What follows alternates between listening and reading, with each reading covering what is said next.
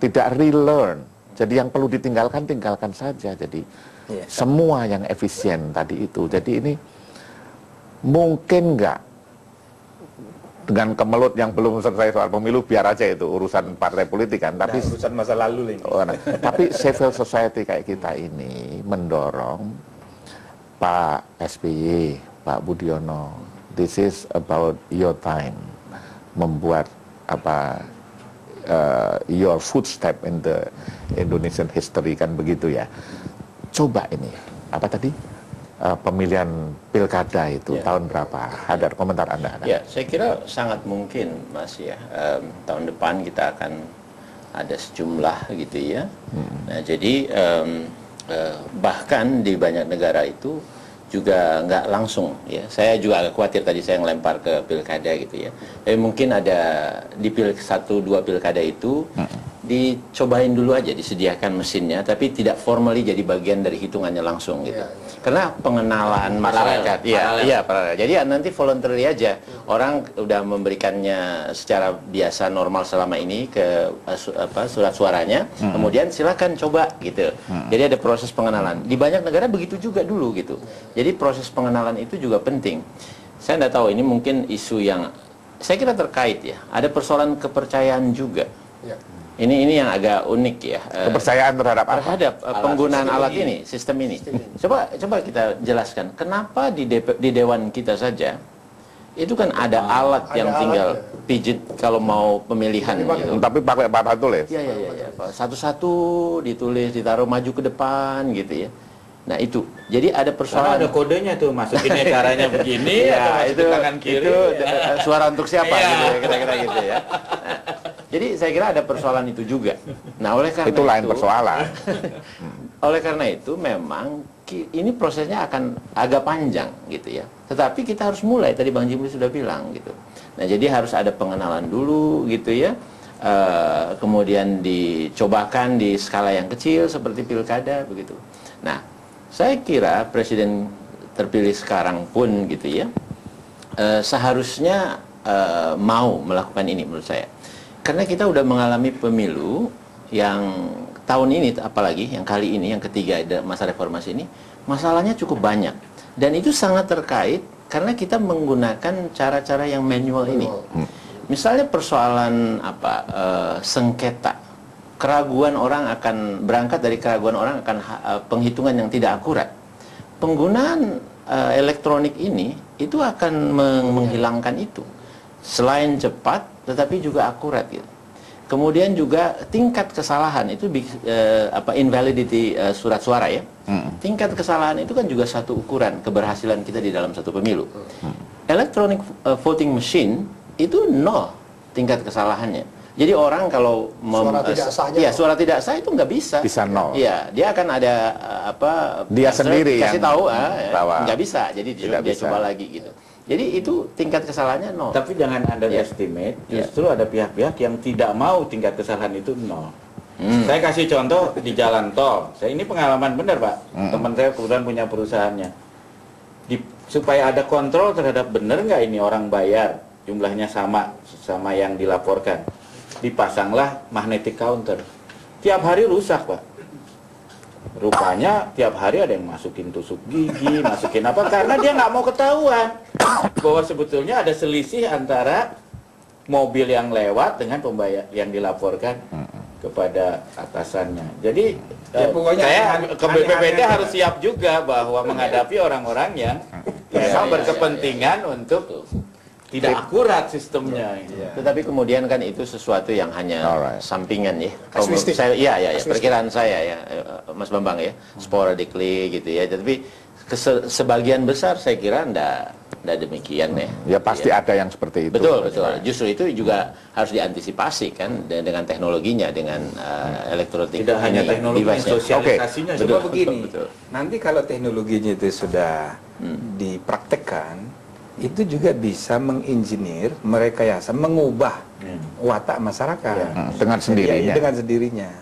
Nah, kedua ya, saya ingin mengingatkan atau memberitahukan, kalau menyangkut soal sengketa electoral dispute ya, di Mahkamah Konstitusi itu apa namanya,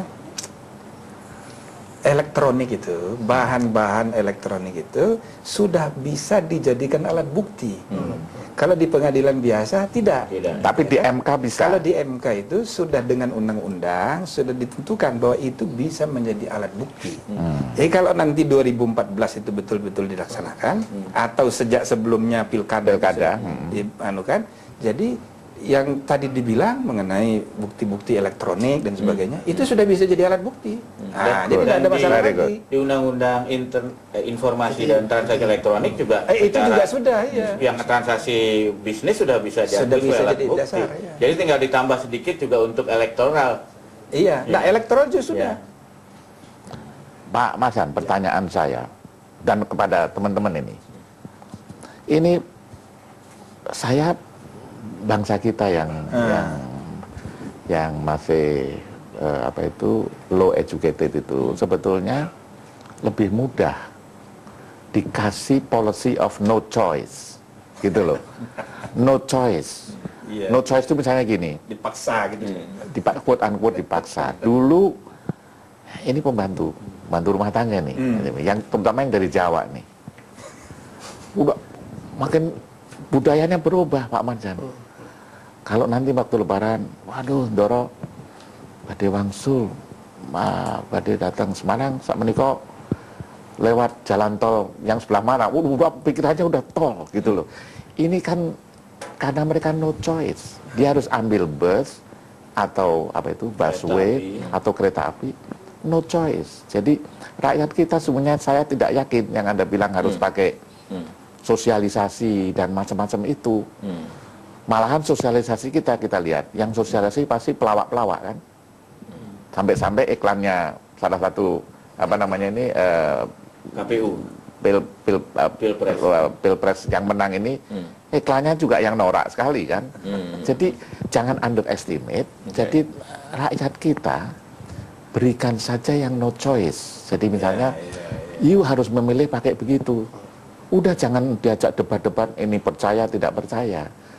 Pendapat Anda gimana, Pak Mas? Saya setuju, ya. Tapi sistem ini harus lebih dahulu diaudit dan harus disertifikasi oleh suatu lembaga independen sehingga dia diakui sebagai alat pemilihan yang syah, ya, oleh para stakeholders ini, baik partai politiknya, penyelenggara pemilunya, ya, atau pilkada, ya. Kalau masyarakat mereka akan percaya saja. Persis. Akan percaya saja. Persis. Nah, tapi tahapan itu yang harus kita lewati, karena itu proses standarisasi, kemudian pengujian, sertifikasi, kemudian uji coba, ya, tadi di tempat-tempat dalam skala yang lebih kecil, yang dilakukan secara redundant, misalnya manual dengan elektronik, ya, sehingga bisa kita konfirmasi kan bahwa perhitungannya sudah benar. Nah, ini saya kira dalam waktu yang tersedia ini kita masih punya, ya, banyak kesempatan untuk melakukan ini sehingga target 2014 itu bisa kita realisasikan electronic voting secara nasional. Asal kita mulai dari 2010. Tapi itu Pak Fadlan, ya, saya lihat kenapa nggak kita manfaatin fasilitas juga yang sudah ada. Contohnya Icon, PLN itu sudah tersambung ke 30 juta rumah. Iya, gitu ya. kita manfaatkan. Makanya saya katakan tadi bahwa seharusnya infrastruktur 2004 itu kan bisa kita pakai. Tapi itu kan tidak ada. Nah, sekarang kita sudah wanti-wanti bahwa existing facility semuanya itu bisa di-utilize. Jadi hanya kita ganti yang memang tidak bisa digunakan lagi. Gitu. Sehingga biayanya akan jauh lebih dapat kita hemat lagi. Itu juga jadi macamnya itu, Mas Sugeng, ya. Jadi selain mesin yang terpasang di TPS yang kita harus ke sana gitu, tetapi juga ada yang model itu remote. Jadi seperti dari komputer melalui internet gitu. Itu juga ada modelnya seperti itu.